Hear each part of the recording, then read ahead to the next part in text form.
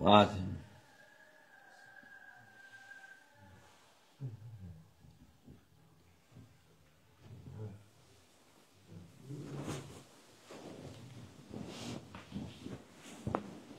Selam.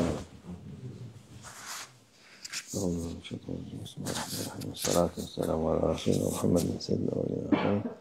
Meded ya Resul, meded ya Sadat Asabı, meded ya Meşahın Desturu ve Aşamına Fazla Hasan Şeyh Muhammed Al-Hakkâ meded. Tarikatuna sahba vel hayru fil cem'iyye. Bismillahirrahmanirrahim. Bismillahirrahmanirrahim. يقول يا ويلتى إلتنا لما اتخذ فلان خليلا لقد أضلنا ذكره. صدق الله العظيم. Cehennemde, gene cehennemden bahsediyoruz ki insanlar nefislerine hürriyet vermiş, istediğini yapsın diye. O hürriyetle beraber de kendi iradelerini kullanmayıp başkalarının iradesini kullanıp onlara tabi olup o gittikleri yol sonunda cehenneme varmalarına sebep oluyor. Diyor, Kur'an-ı Azimüşşan'da bu hallerini anlatıyor. Allah çekiyor, ağıt çekiyor kendi kendine. Keşke buna tabi olmasaydım. Keşke bunun yolundan gitmeseydim. Ben doğru yoldayken yoldan çıkarttı beni. Ben güzel yoldayken beni yoldan çıkarttı.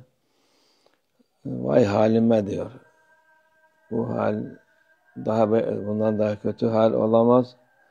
O yolda gittim diye yolumu düzgündü. Yoldan çıkartmadı beni. Şimdiki hal böyledir. İnsanların doğru yoldan giden, Allah yolunda gideni kabul etmiyorlar. Kendi kafalarına göre başka şeyler söylüyor. Yok şuydu, yok buydu. Ta küçükler fazla değil de o biraz aklı başına bali olunca şeytan daha fazla musallat oluyor. Şeytandan beter de şeytanın adamları, arkadaşlardı, şuydu, buydu. Yok sen bunu dinleme, bu şey yapma. Tamam, dinlemesen bunun karşılığında ne alacaksın? Hiçbir şey. Onlara dinlemesen o vakit her şey senin.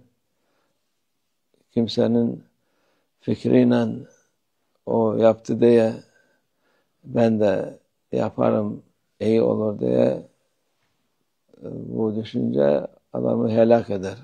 Sonunda telafisi olmayan bir yere gitmiş olur ki Allah muhafaza etsin.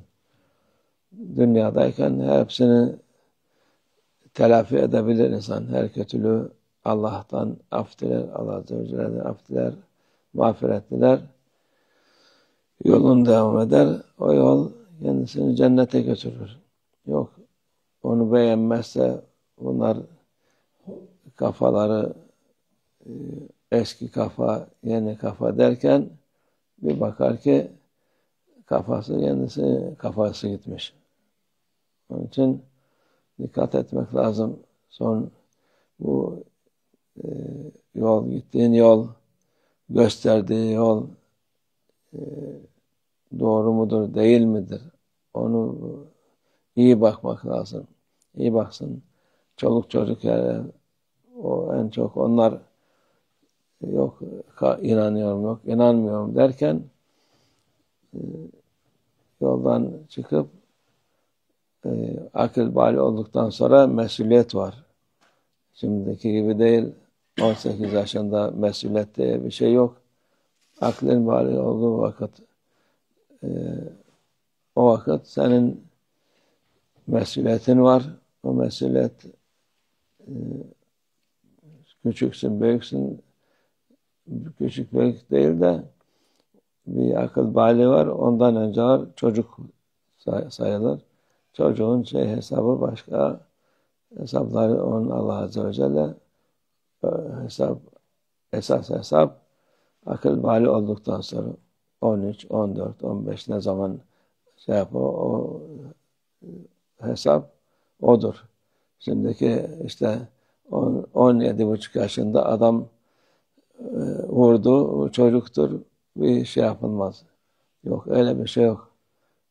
Yani Allah'ın indinde tabii çocuksa gene yapsa gene cezası var ama esas akıl bali olduktan sonra hesabı büyük gibi aynen. Yani hiç değişiklik bir şey yok. Onun için ben çocuğum, ben küçüğüm de yok. Sen akıl bali olduktan sonra sen adam muamelesi yapılırsın. Kadınsa, kızsa kadın muamelesi yapılır o vakit. Onun da cezası, kuvveti var. Onun için dikkat etmek lazım. Aklını kullansın insan. Akıl boşuna vermemiş Allah Azze ve Celle. Aklını kullanan dünyada da kurtulur, ahirette de kurtulur. Allah aklımızı kullanmayı nasip etsin hepimizi. Aklımızdan mahrum etmesin. Ve minallah tevfik. El Fatiha.